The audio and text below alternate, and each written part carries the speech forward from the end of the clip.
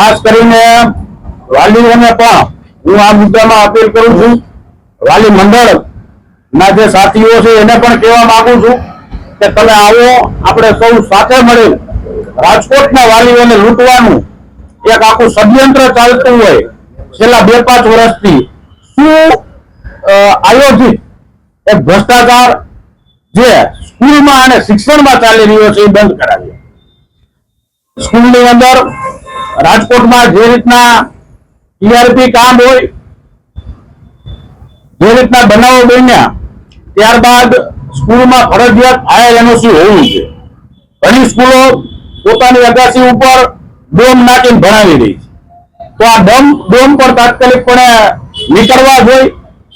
બીજું, રાજકોટના શિક્ષણમાં અત્યારે પ્લે હાઉસના નામે બિલાડીની ટોપની જેમ શેરીએ ગરીએ જે પ્લે હાઉસ ચાલુ થયા છે એ માત્ર છોકરાઓને રમાડવાના લાખ રૂપિયા ફી લે. તો આની ઉપર સરકારનું કઈક બંધારણ હોવું જોઈએ, આની એક નીતિ નક્કી હોવી જોઈએ. અને વાત રહી FRC ની, તો FRC ની ચેરમેન ની નિયુક્તિ જો સરકાર 2 વર્ષથી કરી ન આપતી હોય તો એ FRC રદ કરી નાખે અને સરકાર ડાયરેક્ટ ફી નક્કી કરે. જેમ અમારા પ્રમુખે વાત કરી કે કાયદો પસાર થયો તો ફીની નીતિ નક્કી થઈ હતી, તો એ નીતિને અમલમાં મૂકે. ખાસ કરીને શાળા સંચાલકો પાસે રમત ગમતના મેદાન નથી, લાયકાત ધરાવતા શિક્ષકો નથી, અને જે શિક્ષકો છે એનું પણ 5-10 હજારમાં ક્યાંક ને ક્યાંક આ સમયમાં શોષણ થાય. આ શોષણ પણ બંધ થવું જોઈએ.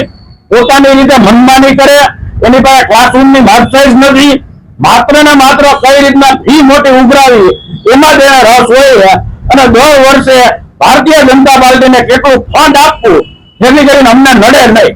એટલે આવનારા દિવસોમાં NSUI દ્વારા દર એક દિવસના બાદ કરતા બીજા દિવસે એક સ્કૂલે તમામ માળખાકીય સુવિધા, એનું પ્લાન કમ્પ્લીશન, એનું ફાયર NOC, એની FRC ની છેલ્લી દરખાસ્ત, એને વિદ્યાર્થીનું ઇન્ટેક કેટલો છે, અને માત્ર DO ને તો આમ self finance school association view A DO ને તો કઈ ગણતા જ નથી.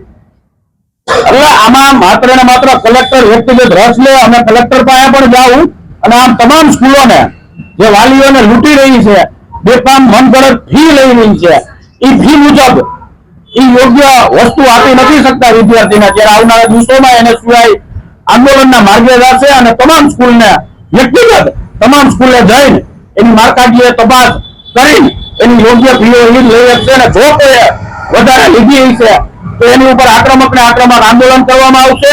અને પ્રજાને જાગૃત કરીને હું વાલીઓને કહું, વાલીઓ આવો અને આ ફી માફિયા વિરુદ્ધ લડતમાં અમારી સાથે. આજે પ્રેસ મીડિયાના માધ્યમથી મને જાણવા મળ્યું છે, સારી વાત છે. સ્કૂલો અને સૌરાષ્ટ્ર યુનિવર્સિટી દ્વારા દર વખતે કે 3 વર્ષે FRC ની વાત કરવામાં આવે, તો હું એમ કહું કે FRC ની ન્યા પણ એક અલગ કમિટી બને અને ન્યા પણ BCom હોય, BCA હોય, BBA હોય, તમામની એક કમિટીમાં ફી નક્કી કરવામાં આવે અને એ મુજબ વિદ્યાર્થીઓ પાસે ફી લેવામાં આવે.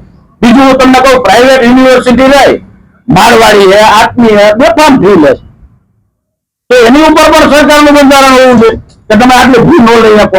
એટલે આ તમામ વસ્તુઓ વિદ્યાર્થીઓને લાભ થાય એ દિશામાં NSUI હરહંમેશ કાર્યરત રહ્યું છે અને આગામી દિવસોમાં આ મુદ્દે પણ રજૂઆત કરવામાં આવશે. ઓકે, શું આપની આજની રજૂઆત છે? શું ખાસ કરીને સમગ્ર ગુજરાત અને સૌરાષ્ટ્રમાં આ ભ્રષ્ટાચારી ભાજપ સરકારના શાસનમાં શિક્ષણ માફિયાઓ એ બેફામ બન્યા છે. 2017માં સ્વર્ગસ્થ વિજયભાઈ રૂપાણી દ્વારા એક ફી રેગ્યુલેશન કમિટીનો કાયદો લાવવામાં આવ્યો હતો અને આ કાયદાનો ઉદ્દેશ્ય એ હતો કે જે સૌરાષ્ટ્રમાં અને ગુજરાતમાં જે શિક્ષણ માફિયાઓ છે, જે સેલ્ફ ફાઇનાન્સ સ્કૂલોના શિક્ષણ માફિયાઓ છે, જે વિદ્યાર્થીઓ અને વાલીઓને બેફામ લૂંટી રહ્યા હતા, તેના ઉપર અંકુશ લાવવા માટે થઈ અને આ 2017માં ફી રેગ્યુલેશન કમિટીનો કાયદો લેવામાં આવ્યો હતો.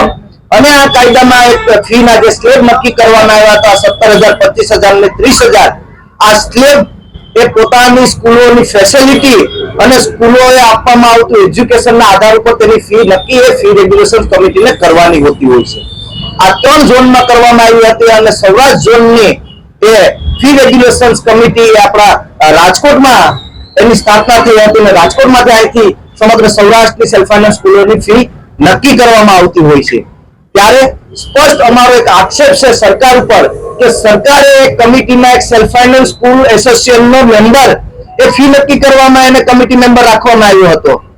અમારું એવું કહેવાનું છે કે આ કમિટી મેમ્બર હસ્તક છેલ્લા 5 થી 7 વર્ષમાં સેલ્ફ ફાઇનાન્સ સ્કૂલો દ્વારા ભ્રષ્ટાચાર કરી વહીવટ કરી અને તે પોતાની સ્કૂલોની ફી નક્કી કરાવવામાં આવી છે, જે ખોટા દસ્તાવેજો રજૂ કરી. સ્કૂલો પાસે ગ્રાઉન્ડો નથી, સ્કૂલો પાસે સ્પોર્ટ ટીચરો નથી, છતાં એની જે ફી દેખાડી અને તે પોતાની ફી લાખો રૂપિયા ફી એ મંજૂર કરાવી લીધી છે. ત્યારે આ વર્ષની ફી એ હજુ સુધી એફઆરસી દ્વારા નક્કી કરવામાં નથી આવી, છતાં રાજકોટની અને સૌરાષ્ટ્રની ઘણી સ્કૂલો એવી છે કે પોતાની રીતે ફી વધારો કરી અને વિદ્યાર્થીઓ અને વાલીઓને લૂંટવાનું ચાલુ કરી દીધું છે. ત્યારે આવનારા દિવસોમાં ગુજરાત એનએસયુઆઈ અને રાજકોટ એનએસયુઆઈ દ્વારા જે આ સેલ્ફ ફાઇનાન્સ સ્કૂલો છે કે જે બેફામ વિદ્યાર્થીઓ અને વાલીઓને લૂંટે છે, અમે સ્કૂલે જશું, તેની માળખાકીય જે પ્રાથમિક સુખ સુવિધાઓ છે એની માહિતી મેળવશું અને જો ફી રેગ્યુલેશન્સ કમિટી દ્વારા નક્કી કરાયેલી જૂની ફી હજી નવી ફીની દરખાસ્ત મંજૂર નથી કરવામાં આવી અને જો એ ફી વધારી લેતી હશે તો આવનારા દિવસોમાં સ્કૂલે જઈ અને એનએસયુઆઈ હલ્લાબોલ કરી અને આંદોલન કરશે.